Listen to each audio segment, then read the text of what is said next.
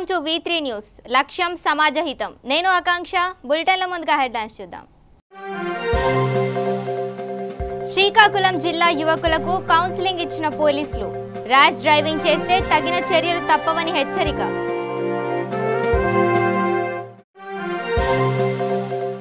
కర్నూలు జిల్లా దేవనకొండలో MRO office ముందు రైతుల ధర్నా కరువులతో అల్లాడుతున్న రైతులకు ప్రభుత్వం ఆదుకోవాలని డిమాండ్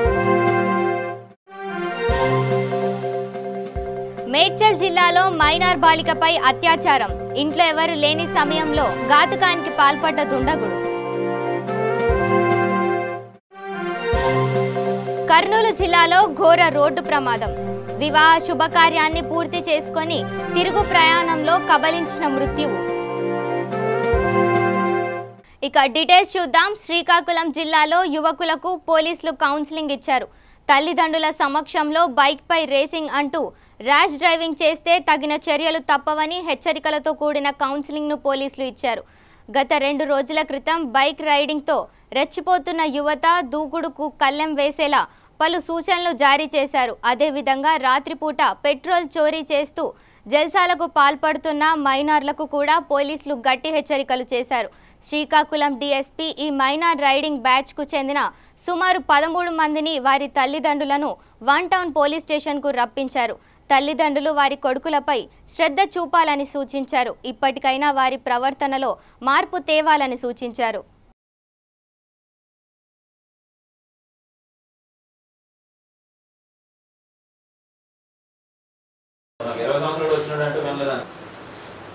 అందరూ చాలా మంది జవనాలు ఉన్నారు పేరు పడిపోయింది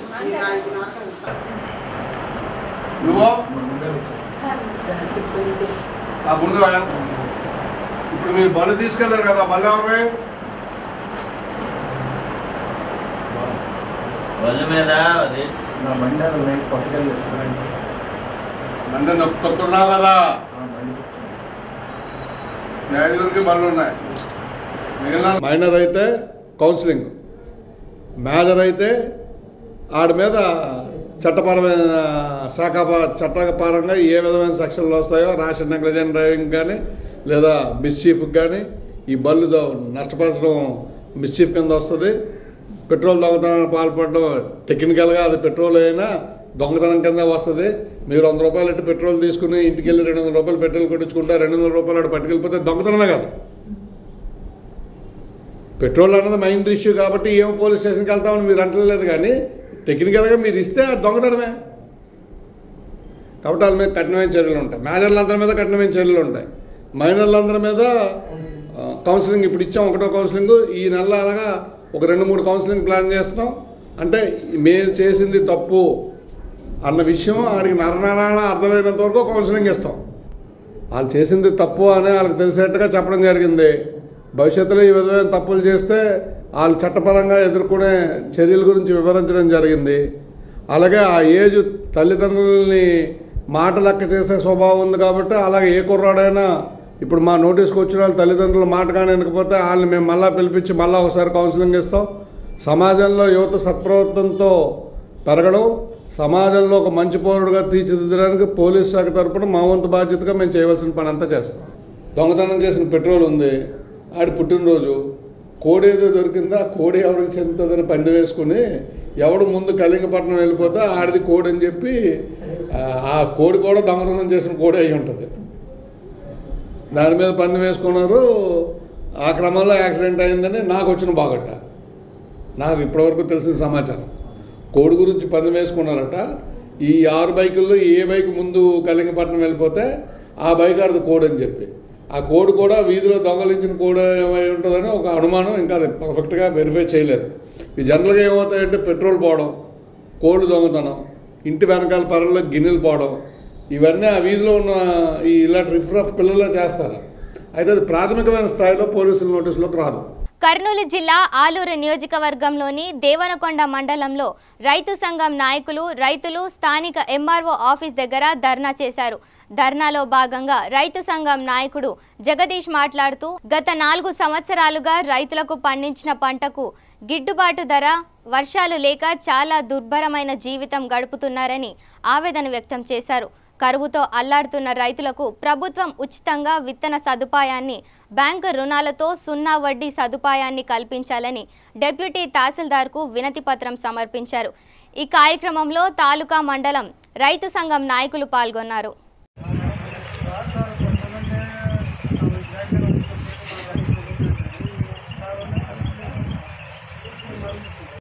గత 4 సంవత్సరాల నుండి వర్షాలు లేక రైతులు వేసినటువంటి పంట అంతా కూడా పాడైపోయి గిట్టుబాటు ధర లేక మద్దతు ధర లేక రైతులు ఇబ్బందులు పడేటువంటి పరిస్థితి ఉంది. మనం కూడా ఉల్లి పంట వేసినటువంటి గిట్టుబాటు ధర లేక రైతులు రోడ్ల మీద పాడేసినటువంటి పరిస్థితి కూడా గమనించినాం. 2018-19 సంవత్సరంలో దేవనకొండ మండలాన్ని కరువు మండలంగా ప్రకటించినారు. కేంద్ర కమిటీ రైతులకు అన్యాయం చేసేటువంటి పరిస్థితి ఉంది కాబట్టి తక్షణమే ఆలోచన చేసి ప్రతి రైతుకి పట్టాదారు పాస్ పుస్తకం ఉన్నటువంటి ప్రతి రైతు కూడా అన్నదాత సుఖీభావ పథకం వచ్చే విధంగా మరి అధికారులు చొరవ చూపాలని రైతులకు వేరుశనగ, కంది, మందులు, ఎరువులు, విత్తనాలు ఈ కరువు పరిస్థితుల్లో కరువు మండలాల్లో ఉచితంగా ప్రభుత్వమే సప్లై చేసి రైతులు ఆదుకో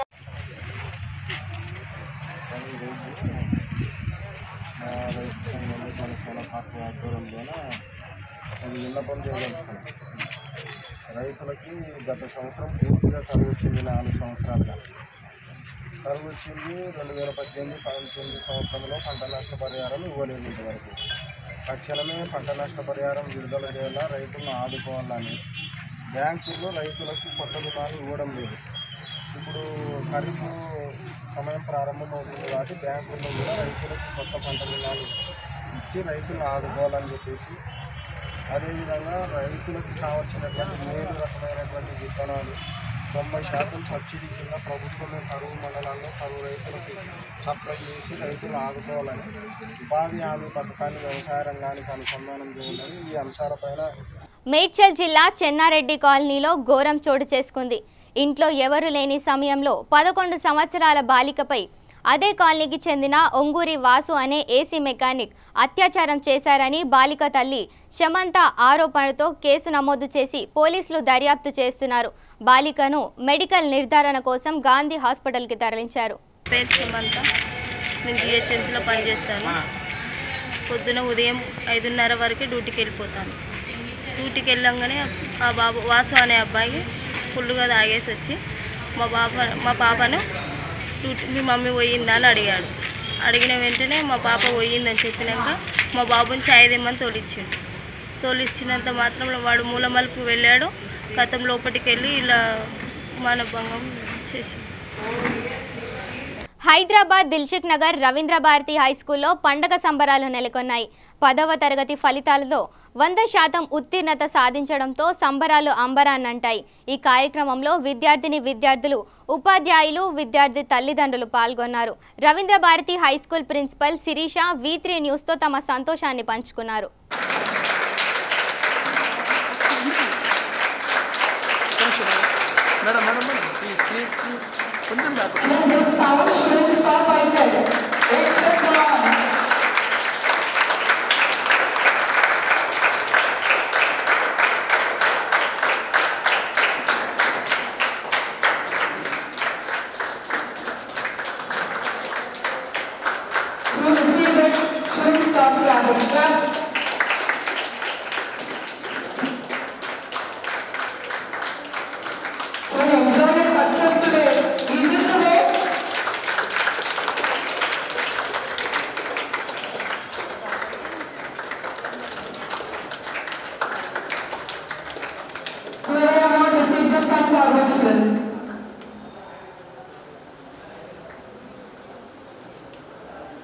On the voice receipt. SSC 2019, give a huge round of applause. All the staff and parents here. Fine. Once again, it's my pleasure to welcome you all for this great moment of success. It's a great honor for me to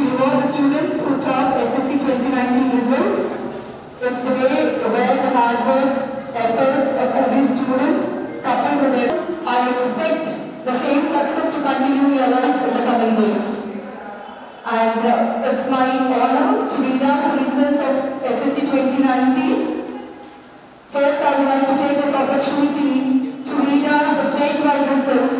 Today, Ravindra Bharati Group of Institutions, 67 students scored 10 on 10, whereas 788 students scored 10 on 10 in English, 725 students in mathematics, 732 in science, 750 in social. This is the all-time record of the students of Ravindra Bharati Group of Institutions, where the improvement in the result is noticed for 50% and above. Give a huge round of applause to all the students who are not there here with us today. Coming to the part of Dilshuk Nagar, number of 10 students scored 10 on 10, that is 20% of the written students, 9.8, that is 15% of the students, 9.5 and above, 47%, 9 and above, 77% of students on 9 and above, mathematics 10 on 10, 62%, science 10 on 10, 47%. It's extremely my privilege to read out this tremendous result in front of every one of you, and I thank everyone, every student here who gave us this success, and I salute to all.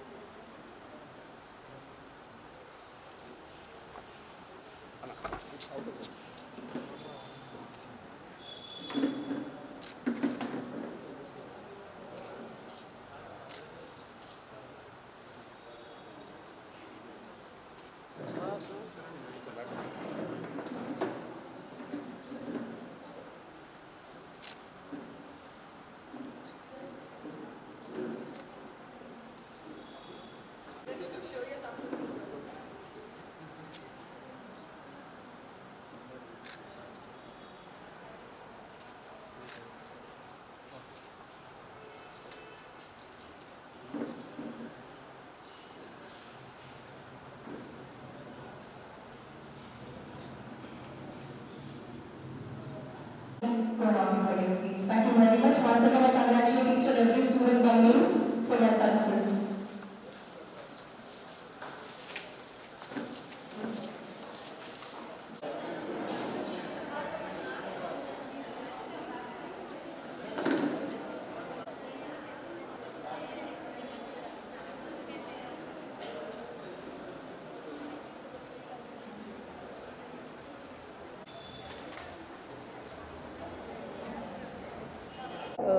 I'm happy to announce Ravindra Bharati Group of Institutions. As we all know, success has become a care of address. In the same path, this year, SSC 2019, we had 100% pass and 67 students scored 10 on 10 GPA, and with good number of 10s in the core subjects like mathematics, science and social. We are happy with the results, and once again our students, with the support of staff, parents, proved themselves. Thank you. Srisaila దేవస్థానం నిర్వహిస్తున్న అన్నప్రసాద వితరణ పథకానికి ఆత్మకూరు కర్నూలు జిల్లా వాస్తవ్యులు Shri G Eshwaraiah రూపాయలు 1,116 విరాళంగా సమర్పించారు. ఆలయ అధికారులు స్వామివారి శేష వస్త్రాలు, లడ్డూ ప్రసాదాలు బహుకరించారు.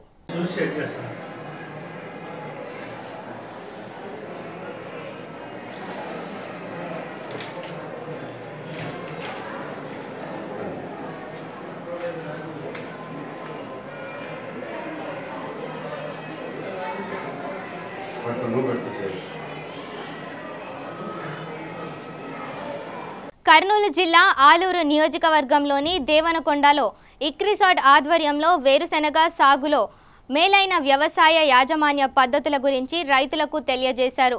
రైతులు వేరుశెనగ సాగులో తెగుల గురించి, యాజమాన్య పద్ధతుల్లో సమగ్ర సస్య రక్షణ గురించి ప్రొఫెసర్ వికే సింగ్ శిక్షణ ఇచ్చారు.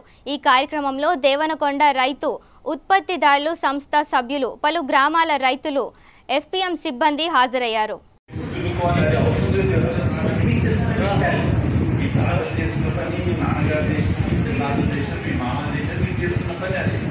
ఇప్పుడు ఇది చెప్పేది ఏంటంటే కొంచెం సాంకేతిక పరిజ్ఞానం ఇస్తే ఒక 2-3 వచ్చేది ఆయన చెప్పారు. దాని తర్వాత మీరు కూడా రైతులు లేసంటే మీతో పాటు ఈ సమస్యలు మేము ఎదుర్కొన్నామని ఇది ఎందుకు అడుగుతున్నాను అంటే ఒక సామెత ఉంది తెలుగులో ఏంటంటే చేప పిల్లకు మీకు గత సంవత్సరం కూడా బహుశా ఇదే మాసంలో మై మాసంలో దేవరకొండ పార్కం K6 కాయలు K6 బ్యాగుల మీదే ఉంటుంది. లోపల చూస్తే 3 కేజీలు కూడా K6 అంత చెత్త తీసుకోండి అని చెప్పేసి వాళ్ళ ఆర్గనైజేషన్ చేస్తారు. వాళ్ళే తీసుకొని మిల్లులో పక్కన పెట్టుకుంటారు. సో అది మసాలా పప్పుకు 90-100 అమ్మేస్తారు. సో మళ్ళీ మామూలుగా ఎవరైనా రైతులు వేసి ఆంధ్రప్రదేశ్లో ఫ్యాన్ గాలి బాగా వేస్తుందని 120 నుంచి 130 సీట్లు గెలుచుకొని వైఎస్ఆర్సీపీ ప్రభుత్వాన్ని ఏర్పాటు చేస్తుందని వైఎస్ఆర్సీపీ నాయకురాలు లక్ష్మీ పార్వతి ధీమా వ్యక్తం చేశారు. గుంటూరులో లక్ష్మీ పార్వతి విలేకరులతో మాట్లాడుతూ చంద్రబాబు పాలనలో వ్యవస్థలన్నిటినీ నిర్వీర్యం చేశారని విమర్శించారు. నాడు ఎన్టీఆర్కు వెన్నుపోటు నుంచి నేడు ప్రజలకు వెన్నుపోటు వరకు చంద్రబాబుకు ప్రజా తీర్పులో శిక్ష తప్పదని, ఎన్నికల్లో టీడీపీకి 40 సీట్లకు మించి రావని జోస్యం చెప్పారు. కూడా లాభాలు కాదు కదా, కనీసం పూర్తి నష్టాల్లోనే నడిపిస్తూ మరి ఇప్పుడు చాలామందికి అసలు ఎవరి జీతాలు ఇవ్వలేనటువంటి పరిస్థితికి ఆర్థిక పరిస్థితిని ఎంత దిగజార్చారు అంటే మరి ఈయన 40 ఏళ్ల సీనియారిటీ ఎలా ఉందనేది మనం చర్చించుకోవాల్సిన అవసరం ఉంది. 40 సంవత్సరాలు అనుకున్నటువంటి ఒక వ్యక్తి రాష్ట్రాన్ని ఇంత దయనీయంగా, ఇంత హీనంగా, ఇంత ఆర్థిక మాంద్యంతో నింపేస్తాడని చెప్పి మేము కల్లా కూడా అనుకోలేదు. ఏది చూసినా కూడా దాదాపు 3.5 లక్షల కోట్ల అప్పు మాత్రం ఈరోజు ఆంధ్రప్రదేశ్కి మిగిలింది.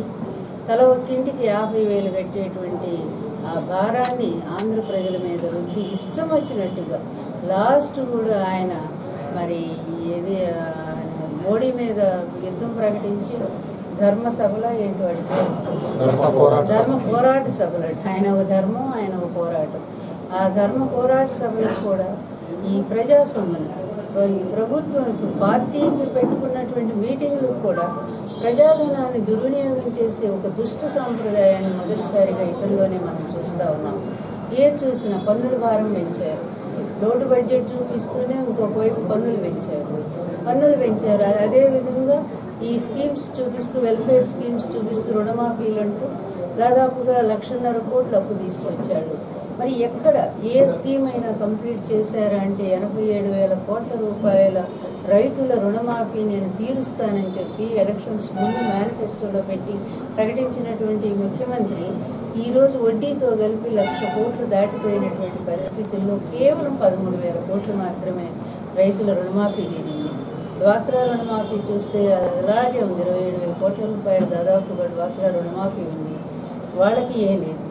ఈ మరి నిరుద్యోగ వృద్ధి కానీ అసలు ఏ పథకానికి ఈ ప్రభుత్వం ఖర్చు చేస్తే నీకు ఈ విధంగా చివరికి ఉద్యోగస్తులకు కూడా జీతం ఇవ్వలేనటువంటి పరిస్థితి దాపురించిందంటే ఎక్కడికక్కడ దొరికింది. సెంట్రల్ గవర్నమెంట్ ఇస్తున్నటువంటి ఫండ్స్, రాష్ట్రంలో వస్తున్నటువంటి ఆదాయాన్ని నువ్వు 10.5 అని చెప్పి ఆ రోజు వృద్ధి రేటు నువ్వు చూపించావు. ఇప్పుడు మామూలు కాదు. ఒక ముఖ్యమంత్రి దొంగతనం చేయటం ఏంటండి, రాష్ట్రంలో డేటా దొంగిలించడం ఏంటి, అది ఎంత పెద్ద నేరం చెప్పండి. అక్కడ ఓటుకు నోటు కేసులో అడ్డంగా దొరికిపోయి ఒక దొంగలాగా పారిపోయి ఆంధ్రప్రదేశ్ వచ్చావు, ఇక్కడికి వచ్చి దొంగతనం చేస్తూ ఉన్నావు. మొత్తం కూడా ఓటర్ల ప్రత్యేక వ్యక్తిగతమైనటువంటి సమాచారాన్ని అంతా కూడా దొంగిలించి ఈరోజు నువ్వు నీ సేవామిత్ర అనేటి అశోకులను పెట్టేసి నీ పార్టీ తరఫు నుంచి ఈ విధంగా నువ్వు గెలవాలని ప్రయత్నం చేశావు. అదృష్టవశాత్తు మా విజయసాయిరెడ్డి గారు కనుక్కోబట్టి అది 59 లక్షల ఓటర్లను తొలగించడం ఎంత దుర్మార్గం అండి. అసలు ఎక్కడైనా ప్రజాస్వామ్యానికి అర్థం అనేది చంద్రబాబు నాయుడు గారికి తెలుసా? ప్రజాస్వామ్యబద్ధంగా నిజాయితీగా తనకి తనే ఒక కితాబు ఇచ్చుకుంటాడు, నేను నిప్పును అనుకుంటూ చేసేవన్నీ ఏదో పని. ఒక్క మంచి పని ఆయన ఏం చేశాడో చెప్పండి. జగన్మోహన్ రెడ్డి మీద హత్యా ప్రయత్నం చేయించి ఆయన చంపడానికి పూనుకొని ఆ కేసును ఒప్పజెప్పమంటే దాన్ని దాచిపెట్టి కోడికత్తి అని ఒక ఎగతాళిగా చేసినప్పుడే ముఖ్యమంత్రి చంద్రబాబు నాయుడు ప్రతిష్ట అంతా పూర్తిగా దిగజారిపోయింది. ఆ తర్వాత వాళ్ళ బాబాయ్ వివేకానంద రెడ్డిని చంపించి ఆ దొంగలందరినీ కూడా నీ తెలుగుదేశం పార్టీలో దాచిపెట్టి ఆ రోజే అసలు నీకు చెప్పాలంటే నువ్వు ఎంత హీన స్థితికి దిగజారిపోయావు, అది కూడా జగన్ మీద వేయడానికి ప్రయత్నం చేశావు. చేశావు. ప్రజలు ఒక కక్షతో ఓటేశారు. మా జీవితాలతో మేము ఓటేసి నిన్ను గెలిపిస్తే ఏదో నువ్వు కాస్త అనుభవం ఉన్నవాడివి, కొత్త రాష్ట్రం ఇంకా ముందుకు తీసుకుపోతావేమో అని చెప్పి అనుకుంటే ఇంత దారుణంగా మమ్మల్ని దోపిడీ చేస్తావా? ఎన్నండి ల్యాండ్ మాఫియా, శాండ్ మాఫియాలు, కాల్ మనీలు, ఇంకా భయంకరమైనటువంటి హత్యా రాజకీయాలు, భూ కబ్జాలు, ఒకటా రెండా నీ నేరాల చిట్టా విప్పుకుంటా పోవాలి అంటే 100 దాటిపోయినాయే. ఇంత నేర చరిత్రుడు నువ్వు ఈరోజు ఏ విధంగా నువ్వు ప్రజలు మరి వాళ్ళకి సమాధానం చెప్పగలవు? రేపు 23 తర్వాత 100% ప్రజలు నిన్ను ఓడించి సాగనంపడానికి సిద్ధంగా ఉన్నారు. అందుకని ఇప్పటి నుంచే ఢిల్లీ చుట్టూ తిరుగుతున్నారు. ఆ పార్టీ ఈ పార్టీ అనుకుంటా తిరుగుతూ ఉన్నాడు. రేపు ఓడిపోతే వాళ్ళు కూడా ఇతను ముఖం చూసే ప్రశ్న లేదు. నేను ఒకటే కోరుకుంటున్నాను, ఇతను చేసిన పాపాలు ఎన్టీఆర్ని వెన్నుపోటు పొడిచిన దగ్గర నుంచి ఇప్పటి వరకు ప్రజలకు వెన్నుపోటు పొడిచిన ప్రేమించి పెళ్లి చేసుకున్నారు. ఇరువురి మధ్య మనస్పర్ధలు నెలకొనడంతో భార్య పుట్టింటికి వెళ్ళింది. ఇక్కడే కథ అడ్డం తిరిగింది. మాట్లాడుకుందామని అల్లుణ్ణి ఇంటికి పిలిచారు. అనంతరం బావమర్ది ఇనుప కడ్డీతో తలపై మోది దారుణంగా హత్య చేశారు.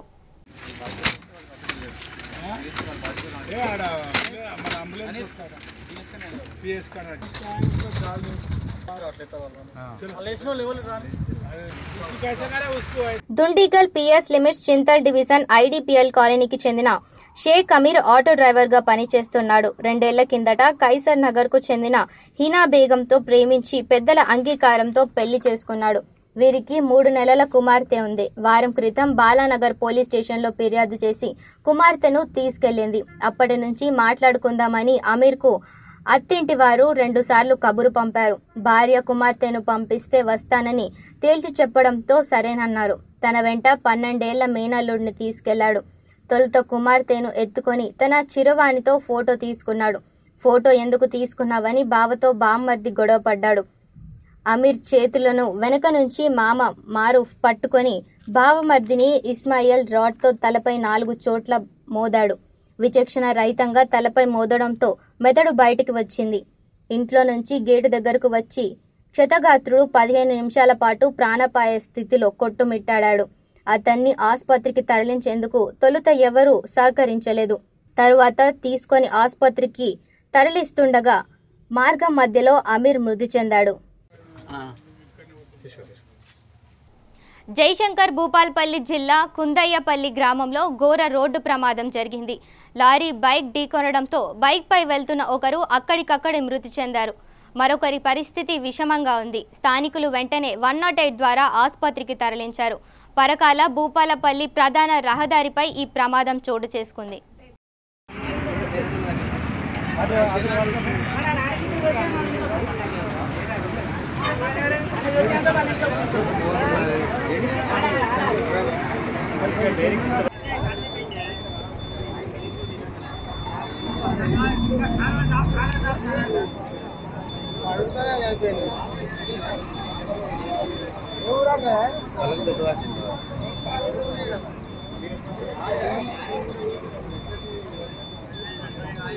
బులెటిన్ ముగించే ముందు హెడ్లైన్స్ మరోసారి చూద్దాం. శ్రీకాకుళం జిల్లా యువకులకు కౌన్సిలింగ్ ఇచ్చిన పోలీసులు. ర్యాష్ డ్రైవింగ్ చేస్తే తగిన చర్యలు తప్పవని హెచ్చరిక.